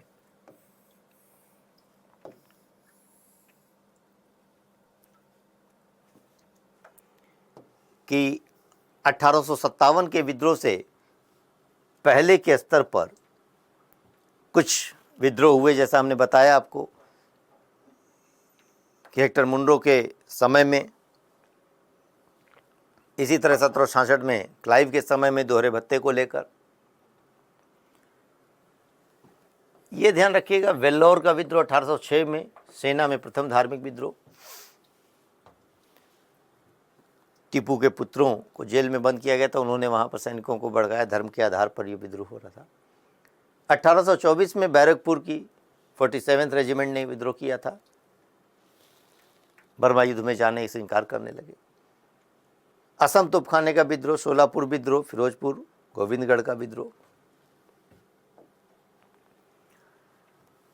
1857 के विद्रोह के समय के प्रमुख व्यक्तित्व ब्रिटेन के प्रधानमंत्री पामस्टन थे, भारत में गवर्नर जनरल के रूप में लॉर्ड कैनिंग थे, बहादुर शाह जफर भारत का अंतिम सम्राट कहलाएगा, मुगल बादशाह, और जॉर्ज एनिसन मुख्य सेनापति के रूप में थे। कभी कभी ऐसे क्वेश्चंस मैच करने के लिए आते हैं कौन क्या पद नाम था, ये ध्यान रखना है। ब्रिटेन के प्रधानमंत्री पामस्टन, गवर्नर जनरल कैनिंग, मुख्य सेनापति एनिसन और मुगल बादशाह बहादुर शाह जफर। इसी को कह रहे हैं कि ये मूल रूप से यह क्षेत्र आच्छादित है। यहाँ पर जो है भारत के अंतर्गत देख पाएँ आप कि ये उत्तर भारत के क्षेत्रों में जिसे कहा जाता है मुख्य रूप से केंद्रित था। ये बंगाल में बैरकपुर, मुर्शिदाबाद, बनारस, तमाम ऐसे क्षेत्रों में। कारणों की अगर बात करें तो राजनीतिक स्तर पर जिसे व्यक्तिगत की नीति, सहायक संधि, फौजदारी, दीवानी कानून, मुगल सम्राट के अधिकार और नवाबों को उपाधियां को छीन लिया गया, इससे असंतुष्ट थे लोग। आर्थिक स्तर पर जो भू राजस्व नीति थी उसके चलते जो असंतुष्ट थे, औद्योगिक नीति के चलते जो बेरोजगार हो रहे थे श्रमिक। सामाजिक स्तर पर देखते हैं मिशनरियों को धार्मिक प्रचार की छूट दी गई थी, बलपूर्वक धर्मांतरण कराया जा रहा था, सती प्रथा अधिनियम, विधवा पुनर्विवाह अधिनियम, लैक्स लोकी कानून। ये लैक्स लोकी कानून के बारे में हमने बात किया था, जिसको धार्मिक अयोग्यता अधिनियम कहते हैं, जिसमें ये कहा गया 1850 में यह पारित हुआ था, जिसमें यह कहा गया कि यदि कोई वह पुत्र अपना धर्म बदल लेता है तो उसको पैतृक संपत्ति के अधिकार से वंचित नहीं किया जाएगा, यानी ईसाईकरण को प्रोत्साहन दे रहा था। तो लोगों के लिए असंतोष बन रहा था। नस्लवादी जो सैनिक कानून बनाए जा रहे थे ये भी जो है असंतोष का कारण थे, और न्यू फील्ड राइफल का प्रयोग, चर्बी युक्त कारतूस का प्रयोग जो किया जा रहा था, ये उस विद्रोह का तात्कालिक कारण बन गया था। इसी तरह अगर देखें कि विद्रोह के आरंभ और उसके अपने विकास को लेकर कि 29 मार्च 1857 को बैरकपुर सैन्य छावनी के 34th रेजिमेंट में मंगल पांडे द्वारा लेफ्टिनेंट बाग की हत्या कर दी गई थी, और 8 अप्रैल को मंगल पांडे को फांसी दे दी गई। फिर क्रमिक रूप में इसका विकास होता है। मेरठ में 10 मई को विद्रोह हो रहा था, कदम सिंह नेतृत्व कर रहे थे। दिल्ली में जो है 11 मई को आया, बहादुर शाह जफर वहाँ पर नेता बना दिए गए, जनरल विलोगबी को वहाँ पर मार दिया गया। लखनऊ में हजरत महल नेतृत्व कर रही थी। कानपुर में नाना साहब और तात्या तोपे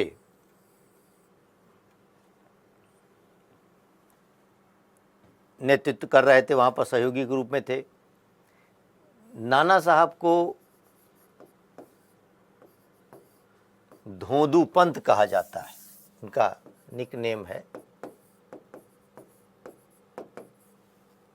और तात्या तोपे रामचंद पांडुरंग के नाम से जाने जाते हैं। यह भी चीज़ है कि अलग अलग स्तर पर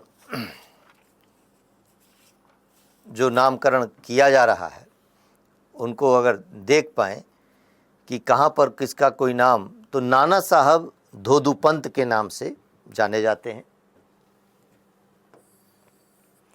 तात्या तोपे रामचंद पांडुरंग। झांसी में रानी लक्ष्मीबाई भी थीं और उनके सहयोगी के रूप में तात्या तोपे, इनको बाद में फांसी की सज़ा मिल गई थी। नाना साहब हजरत महल नेपाल भाग गए थे। जगदीशपुर बिहार में कुंवर सिंह, अमर सिंह। इलाहाबाद में लियाकत अली। फैज़ाबाद में मौलवी अहमदुल्ला। बरेली में खान बहादुर खान। ये मूल रूप से कुछ नेतृत्वकर्ता हैं जिनके साथ प्रश्न बनते हैं आपके। स्वरूप के रूप में देखें तो सिपाही विद्रोह, स्वतंत्रता, सामंतवादी प्रतिक्रिया, नागरिक विद्रोह, राष्ट्रीय विद्रोह, मुस्लिम षड्यंत्र, ईसाईयत के विरुद्ध धर्म, सभ्यता और बर्बरता के बीच संघर्ष। तो राष्ट्रीय विद्रोह के रूप में इसको पहले ब्रिटिश डिज़रायली थे जिन्होंने इस राष्ट्रीय विद्रोह का नामकरण किया हुआ था। यही चीज़ ध्यान रखनी है आपको। विफलता के कारण कि असंगठित स्थानीय और कुछ वर्गों तक सीमित रहा। जमींदार, साहूकार, बुद्धिजीवी वर्ग इस आंदोलन, इस विद्रोह से अलग रहा था, अपने आप में अलग रख पाया था। स्पष्ट योजना और उद्देश्य का अभाव था। सक्षम नेतृत्व का अभाव था। सामंतवादी प्रकृति नजर आती थी। ब्रिटिश सैनिक श्रेष्ठता थी। अंग्रेजों के पास आधुनिक एवं प्रौद्योगिकी का होना था, यानी अत्याधुनिक हथियारों से वह युक्त थे। ये विफलता के कारण रहे। क्या परिणाम रहा?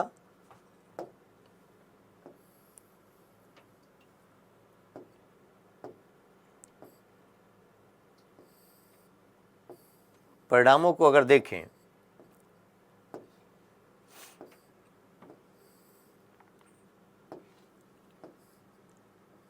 देखिए, भारत शासन अधिनियम 1858 आया।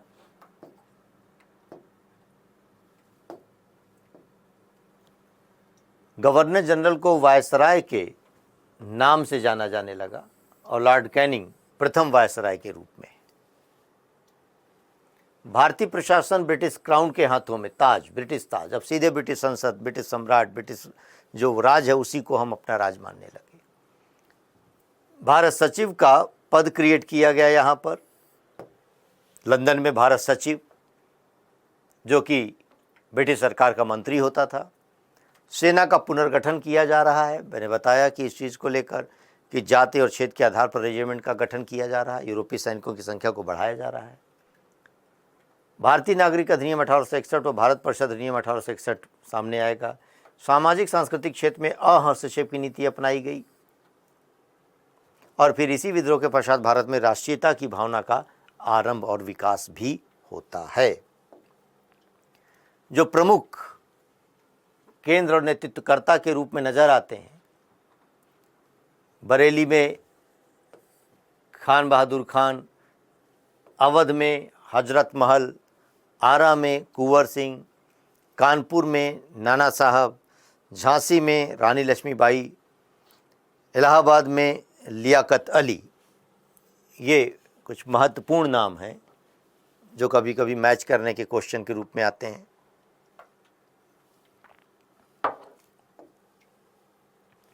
इसी तरह फैज़ाबाद में मौलवी अहमदुल्ला, असम में मणिनाम दत्त, गोरखपुर में Gajadhar Singh,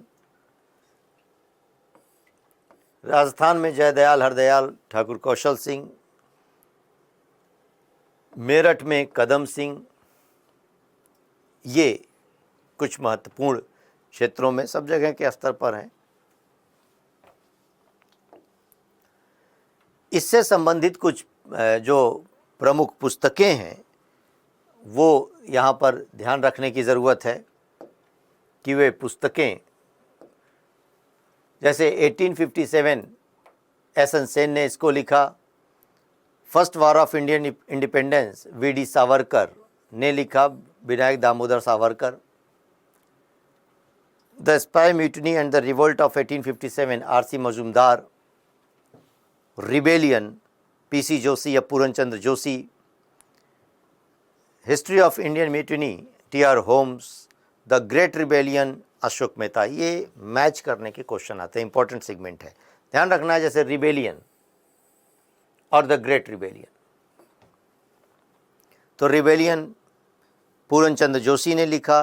the great rebellion, great Ashoka the great, confusion नहीं होना चाहिए।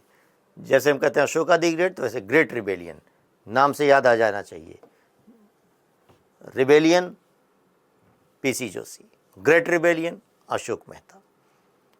और ये पुस्तक बड़ी इंपॉर्टेंट है आपके पास, वी.डी. सावरकर की, जो कि first war of Indian independence लिखी गई। एसेंसन की पुस्तक का नाम ही 1857 है। तो ये मैच करने के क्वेश्चंस के लिए बहुत इंपॉर्टेंट सेगमेंट है, ये चीज़ ध्यान रखने की बात है। तो कुल मिलाकर ये 1857 के विद्रोह से संबंधित कुछ तथ्य हैं। जो है 1857 के विद्रोह के पश्चात श्रमिकों की प्रतिक्रिया को भी यहीं पर हम लोग ज़रा देख पाएँ, जिसको हम लेबर मूवमेंट या श्रमिक आंदोलन के नाम से जानते हैं। तो जो भारत में श्रमिक आंदोलन का विकास हुआ, इस श्रमिक आंदोलन के विकास के क्रम में अगर इसको समझें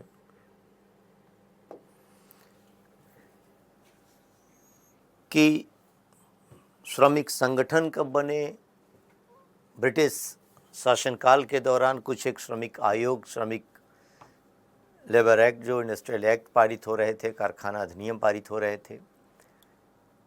दरअसल भारत में जो श्रमिक थे, औद्योगिकरण कम था, बावजूद इसके औद्योगिक इकाइयों में जो भारतीय श्रमिक थे, अब उनको रेगुलेट करने के लिए समय समय पर कानून बनाए जा रहे थे। और उद्देश्य ये था कि भारतीय उद्योगों के अंतर्गत ऐसे श्रम कानूनों को लागू किया जाए, कारखाना अधिनियम लागू किया जाए, ताकि भारत के जो श्रमिक भारतीय पूंजीपतियों के यहाँ कल कारखानों में काम कर रहे हैं, उनको रेगुलेट किया जा सके, और उनके मानक अगर वो पूरा नहीं करते हैं तो उनके खिलाफ कार्रवाई की जा सके, ताकि ब्रिटिश उद्योगों को प्रतिस्पर्धा न मिले। उद्देश्य ये था। और यही वजह है कि 1875 ईस्वी में बॉम्बे में प्रथम फैक्ट्री कमीशन, कारखाना आयोग की स्थापना हुई, नियुक्त हुआ, जिसकी सिफारिश पर जो है 1881 में प्रथम फैक्ट्री एक्ट पारित हुआ। और उस समय रिपन वायसराय के रूप में मौजूद थे। और इस प्रथम कारखाना अधिनियम 1881 के अंतर्गत बाल श्रमिकों की सुरक्षा की बात की गई थी, और इसके अंतर्गत स्त्री श्रमिकों के मुद्दे को छोड़ दिया गया था।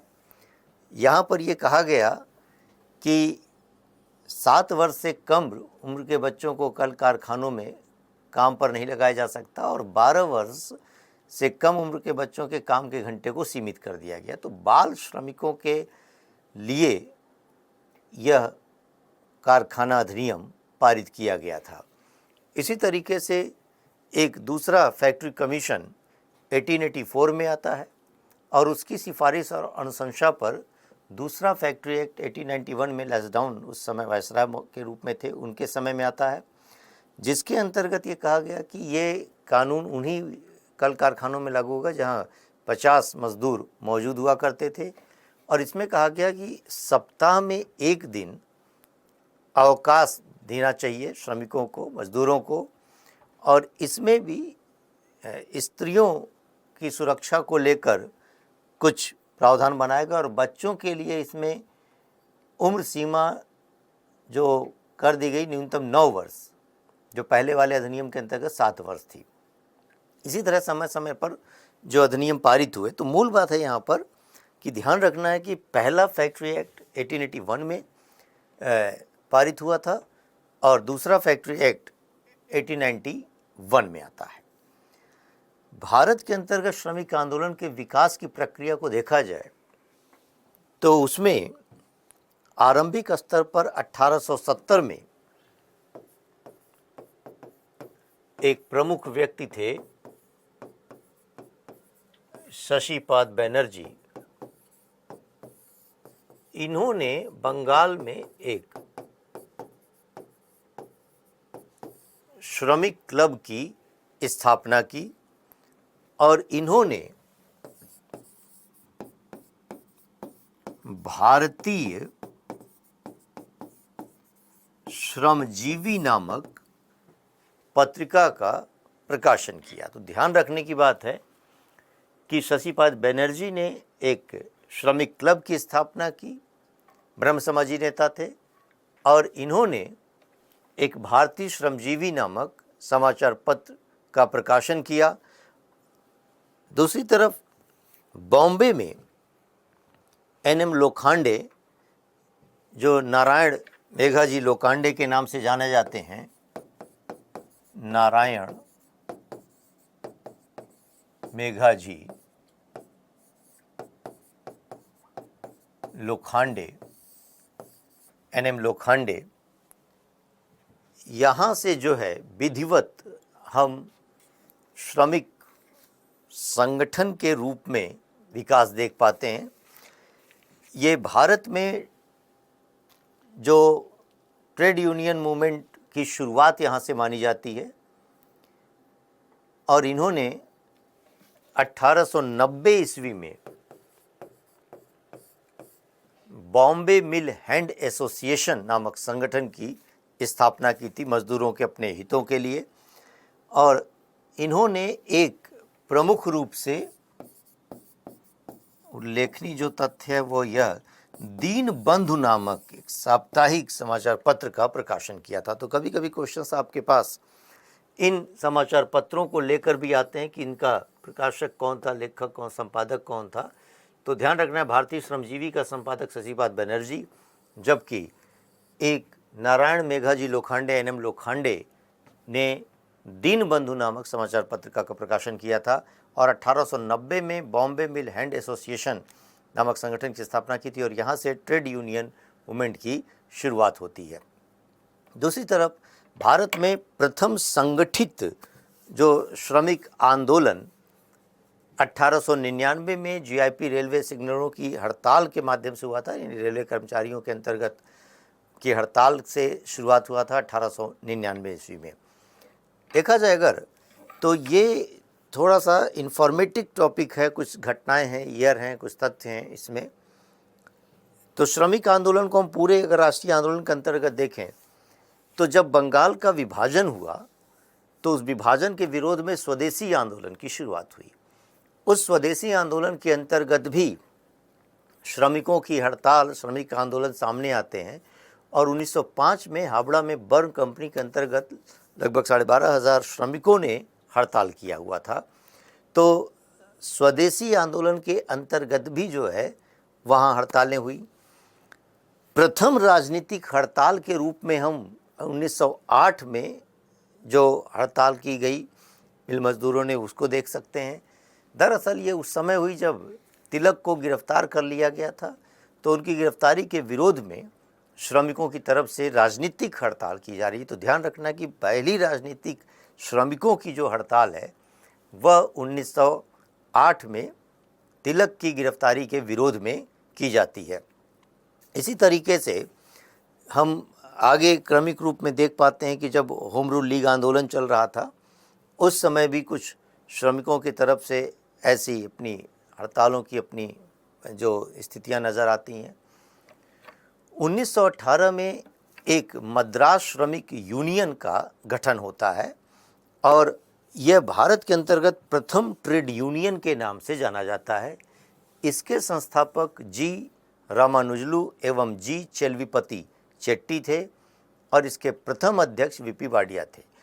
ध्यान रखिए, 1918 में मद्रास श्रमिक यूनियन यह प्रथम ट्रेड यूनियन था। इसके संस्थापक जी रामानुजलु और जी चलवीपति चेट्टी थे। इसके प्रथम अध्यक्ष के रूप में वीपी वाडिया का नाम आता है। तो ध्यान रखना है कि संस्थापक और अध्यक्ष में कंफ्यूज नहीं होना है। मद्रास श्रमिक यूनियन के प्रथम अध्यक्ष वीपी वाडिया थे।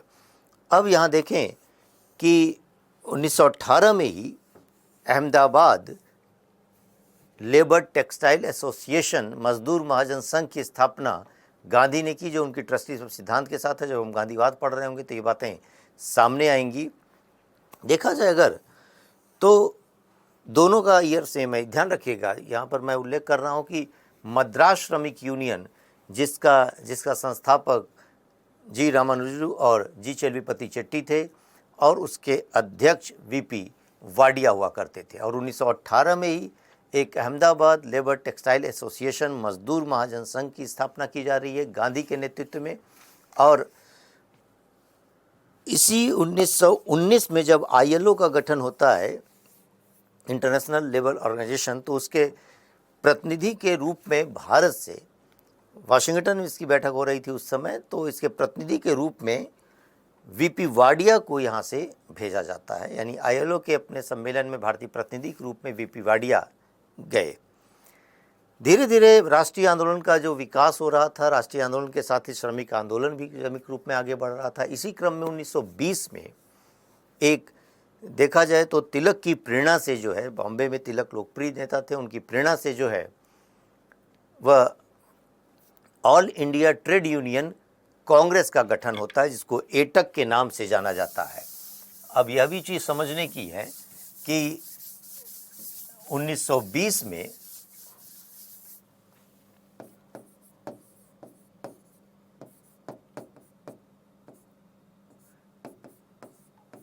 ऑल इंडिया ट्रेड यूनियन कांग्रेस,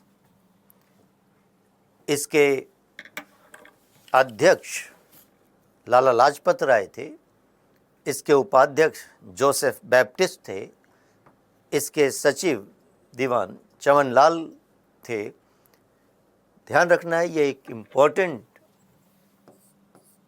जो संगठन है कांग्रेस के अपने, ऑल इंडिया ट्रेड यूनियन कांग्रेस, तिलक की प्रेरणा से इसका गठन हुआ। लाला लाजपत राय इसके प्रथम अध्यक्ष के रूप में थे, उपाध्यक्ष जोसेफ बैप्टिस्ट थे, सचिव दीवान चमनलाल थे।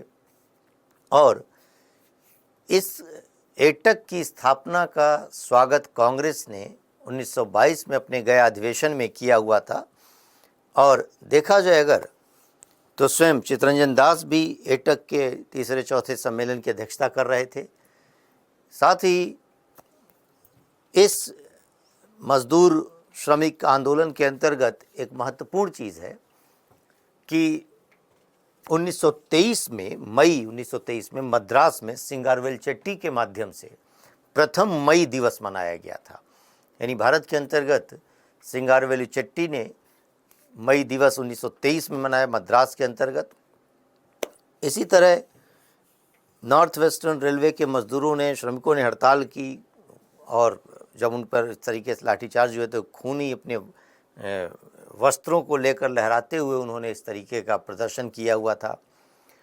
1926 में एक ट्रेड यूनियन एक्ट पारित होता है और बॉम्बे टेक्सटाइल लेबर यूनियन इस संदर्भ में पहली पंजीकृत यूनियन के नाम से जानी जाती है। MN जोशी के माध्यम से इसकी स्थापना हुई। 1929 में ट्रेड डिस्प्यूट एक्ट सामने आता है। यह कहीं ना कहीं अंकुश लगाने के लिए, नियंत्रण लगाए रखने के लिए एक प्रयास था, ट्रेड डिस्प्यूट एक्ट। उसी 1929 में एक मेरठ षड्यंत्र केंद्र का नाम आता है, जहां मजदूरों के नेताओं को या सामवादियों को निरुद्ध करने के लिए यह षड्यंत्र केस कराया गया। कांग्रेस के कुछ लोग भी शामिल थे, इसमें 3 विदेशी भी थे, ब्रैडले, स्प्रैट और हचिसन। 1929 में जब ऑल इंडिया ट्रेड यूनियन कांग्रेस के अध्यक्ष जवाहरलाल नेहरू थे, तो उस दौरान एक विवाद हुआ और उस विवाद के फलस्वरूप वीपी वाडिया उस समय थे और विवाद के फलस्वरूप वह ऑल इंडिया ट्रेड यूनियन कांग्रेस से अलग होकर उन्होंने एक इंडियन ट्रेड यूनियन फेडरेशन का निर्माण किया था जिसके अध्यक्ष वीवी गिरी हुआ करते थे। आगे चलकर हम देखते हैं कि क्रमिक रूप में इसी तरीके से एक 1947 में श्रमिक यूनियन का गठन होता है वल्लभ भाई पटेल के माध्यम से, जिसको हम Indian national trade Union Congress के नाम से जानते हैं, इंटक के। तो 2-3 बातें यहाँ पर ध्यान रखने की आपके पास हैं। ये तथ्यात्मक चीज़ें थोड़ी हैं, लेकिन हम भी इसकी ज़रा समरी इस रूप में देख पाते हैं कि बंगाल में श्रमिक क्लब की स्थापना 1870 में शशिपाद बनर्जी के द्वारा की गई। भारतीय श्रमजीवी समाचार पत्र था इनका। भारत में मजदूर असंतोष का संगठित जो आंदोलन की बात की जा रही है, नागपुर एम्प्रेस मिल के अंतर्गत हुआ था। ट्रेड यूनियन आंदोलन की शुरुआत के लिए कहा जाता है एनएम लोखंडे, नारायण मेधाजी लोखंडे द्वारा बॉम्बे में श्रमिक क्लब की स्थापना की गई। दीन बंधु पत्रिका का प्रकाशन किया गया और बॉम्बे मिल हैंड एसोसिएशन की यह स्थापना 1890 में हुई थी। यह प्रथम मजदूर संगठन के नाम से जाना जाता है। तो ध्यान ये देना है यहाँ पर कि भारत के अंतर्गत प्रथम मजदूर संगठन 1890 में बॉम्बे मिल हैंड एसोसिएशन, जिसके संस्थापक एनएम लोखंडे, इन्होंने दीन बंधु नामक पत्रिका का प्रकाशन किया था। बहुत ही सामान्य से क्वेश्चन यहाँ पर आते हैं, इसलिए यह आपसे केवल अपेक्षित है कि नाम जान पाएं। इसी तरह के से प्रथम संगठित श्रमिक आंदोलन हमने पढ़ा 1899 में, जो GIP railway, great Indian peninsular railway signal के द्वारा की गई थी। मजदूरों की पहली राजनीतिक हड़ताल, अब देखिए, पहली राजनीतिक हड़ताल 1908 में बॉम्बे कपड़ा मिलों में तिलक की गिरफ्तारी के विरुद्ध की गई थी। तिलक को उसमें गिरफ्तार किया गया था। हम स्वदेशी आंदोलन जब पढ़ रहे होंगे तो चर्चा आएगी। अहमदाबाद टेक्सटाइल लेबर एसोसिएशन 1918 का गठन महात्मा गांधी के द्वारा किया गया, जो ट्रस्टीशिप सिद्धांत या न्यास का सिद्धांत कहा जाता है, उसके अंतर्गत किया गया था। भारत में प्रथम ट्रेड यूनियन मद्रास श्रमिक यूनियन की स्थापना की गई थी 1918 ईस्वी में। इसके संस्थापक जी रामानुजलु और जी चलवीपति चेट्टी थे और इसके प्रथम अध्यक्ष वीपी वाडिया थे। तो ये नाम थोड़े से दक्षिण भारत के हैं तो अपेक्षाकृत कठिन आपको लग सकते हैं, लेकिन क्वेश्चंस पीटी के लिहाज से इम्पोर्टेंट है यह कि पहला जो है ट्रेड यूनियन कौन था, मद्रास श्रमिक यूनियन था, इसके संस्थापक कौन थे, अध्यक्ष कौन थे, ये चीज़ आपसे अपेक्षित होती है प्रश्न के रूप में। इसी तरीके से अखिल भारतीय ट्रेड यूनियन कांग्रेस, जिसको हम एटक कह रहे हैं, AITUC, ऑल इंडिया ट्रेड यूनियन कांग्रेस, इसकी स्थापना 1920 में होती है। संस्थापक एनएम जोशी थे इसके और तिलक की प्रेरणा से ये हुई। अंतर्राष्ट्रीय श्रम संगठन की स्थापना 1919 में हो चुकी थी और उसी के वजह से कांग्रेस के एक अंदरूनी संगठन के रूप में, श्रमिक दल के रूप में इसका गठन किया गया। प्रथम सम्मेलन बम्बई में हुआ और इसके अध्यक्ष लाला लाजपत राय थे। जोसेफ बैप्टिस्ट इसके उपाध्यक्ष थे। सचिव दीवान चमन लाल हुआ करते थे। कांग्रेस के द्वारा गया अधिवेशन 1922 ईस्वी में एटक के साथ सहयोग का निर्णय लिया गया था। और ध्यान रखना है, महात्मा गांधी सदैव एटक से अलग रहे, कभी उसके सदस्य के रूप में, कभी उसके लिए अंदर नहीं आए, क्योंकि वह सभी संगठन और सभी दलों के श्रमिकों के हितों की बात कर रहे थे। और इसमें प्रथम विभाजन जो 1929 में हुआ था, नागपुर में अधिवेशन जब इसका हो रहा था, जवाहरलाल नेहरू इसके अध्यक्ष थे उस समय, विभाजन हुआ था और तत्पश्चात वीवी गिरी के माध्यम से वह एक अलग शाखा बन गई थी,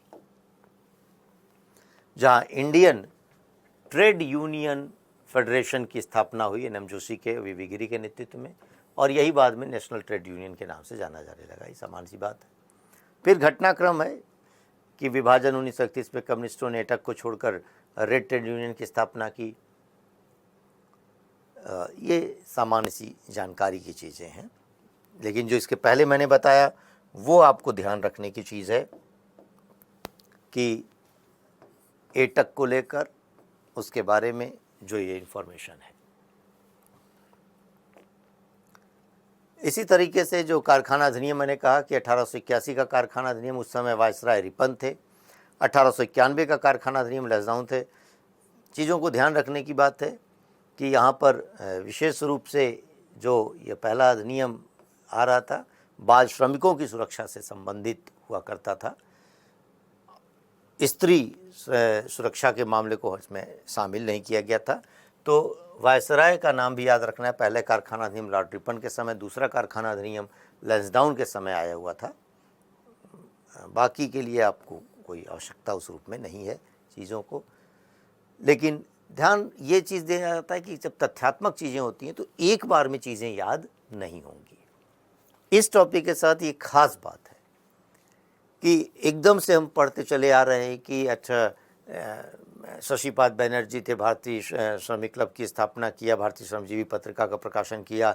एन.एम. लोखंडे ने 1890 में बॉम्बे मिल हैंड एसोसिएशन की स्थापना किया और उन्होंने दीनबंधु नामक पत्रिका का प्रकाशन किया।